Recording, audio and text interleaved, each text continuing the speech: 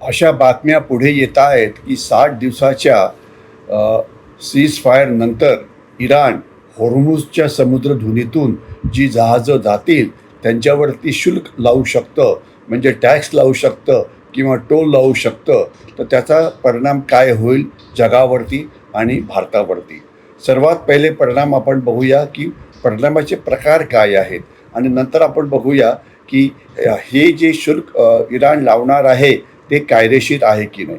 आता एक अंदाज असा आहे की जर तुम्ही टोल लावला तर जवळजवळ $1 प्रति बॅरल किंमत ही वाढू शकते. तर त्याच्यामुळे तेलाच्या किमती 1 to 1.5 पर बॅरल वाढतील. शिपिंगचा जो खर्च आहे तो वाढू शकेल. याच्याशिवाय जो इन्शुरन्सचा जो खर्च आहे तो वाढेल.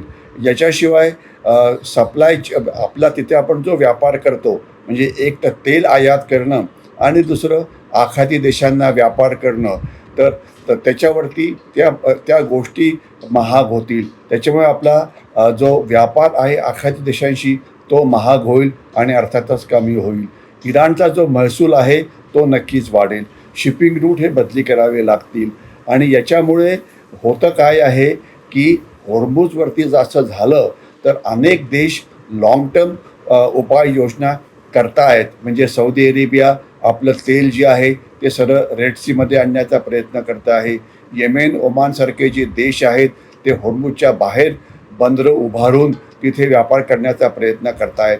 म्हणजे होर्मुझवरचं जे आपलं अवलंबित्व आहे ते कमी करण्याचा सगळे देश प्रयत्न करतील. परंतु या प्रयत्नाला मात्र वेळ लागू शकतो, कारण नवीन बंदर बांधणं, नवीन रेल्वे लाईन बांधणं, नवीन रस्ते बांधणं, तर याला वेळ लागतो. तर त्याच्यामुळे काही काळ अजून जे होर्मुझचं जे महत्त्व आहे ते कायम राहील आणि याच्यामुळे सगळ्या जगावरती याचा परिणाम होईल. आपण हे 100 वेळा म्हटलेलं आहे की आपलं 20% तेल, 50% गॅस हा तिथून येतो. त्याच्यामुळे आपल्या किमती वाढतील. LPG, PNGची किंमत वाढेल. पण एक फायदा असा पण होऊ शकतो की जे इराणचं चाबार नावाचं बंदर आहे तिथून जर आपण व्यापार केला तर एखाद्या वेळेला आपला प्रयत्न असा राहायला पाहिजे की हे जे शुल्क इराण लावणार आहे सगळ्या जगावरती ते त्यांनी भारतावरती लावू नये. आणि जे तेल आपण इराणकडनं घेतो त्या तेलावरती हे शुल्क लावू नये. असं जर आपण इराणला जर कन्व्हिन्स करू शकलो तर आपल्याला फायदा होईल.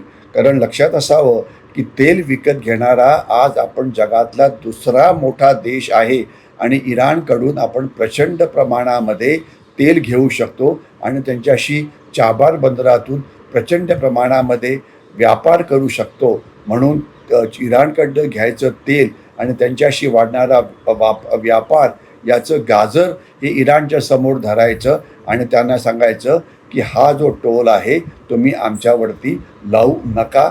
हा डिप्लोमॅटिक एफर्ट म्हणजे मुत्सद्देगिरीचा प्रयत्न आपल्याला करावा लागेल. आपण जर आंतरराष्ट्रीय कायद्याकडे बघितलं तर कायद्यामध्ये अशा प्रकारचं शुल्क लावता येतं का, तर त्याचं उत्तर आहे नाही. जो समुद्रातला कायदा आहे त्याला United Nations Convention on Laws of Sea याद्वारे ते केलं जातं. याप्रमाणे कायदा थोडक्यात असा आहे, 12 नॉटिकल माईलपर्यंत तो जो समुद्र असतो तो तुमचं टेरिटोरियल वॉटर्स असतं आणि त्याच्यावरती तुमचे कायदे लागू होतात. परंतु त्याच्या पुढचा जो समुद्र असतो तो सगळ्या जगाचा असतो आणि खास तर समुद्रधुन्या, अरुंद जागा या सगळ्या जगाच्या असतात. तर त्याच्यामुळे तिथे इनोसंट पॅसेज नावाचा जो प्रकार आहे, म्हणजे जर तुम्ही लढाऊ बोटे सोडून इतर व्यापार वगैरे करायला अलाउड आहे. याच्याशिवाय म्हणजे सगळं जग त्याचा उपयोग जो आहे तो करू शकतो.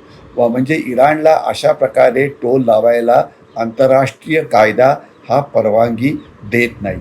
पण सर्वात वाईट असं की जर अशा प्रकारच्या चोक पॉईंटवरती किंवा अरुंद समुद्री धुनीवरती जर इराणने जर टोल लावला तर अशाच प्रकारचा टोल इतर जे चोक पॉईंट्स आहेत तिथे लावू शकला जातो. उदाहरणार्थ मलक्काचा चोक पॉईंट आहे जो इंडोनेशिया आणि सिंगापूरच्या मध्ये आहे. बारबेल मंडपचा जो चोक पॉईंट आहे तो रेड सीच्या जवळ आहे. म्हणजे असे एक 10-12 चोक पॉईंट्स जगामध्ये आहे जिथे अशा प्रकारचा जर टोल लागला तर जगाच्या व्यापाराचा सत्यानाश होईल. म्हणून टोल लागणं हे अतिशय बेकायदेशीर आहे.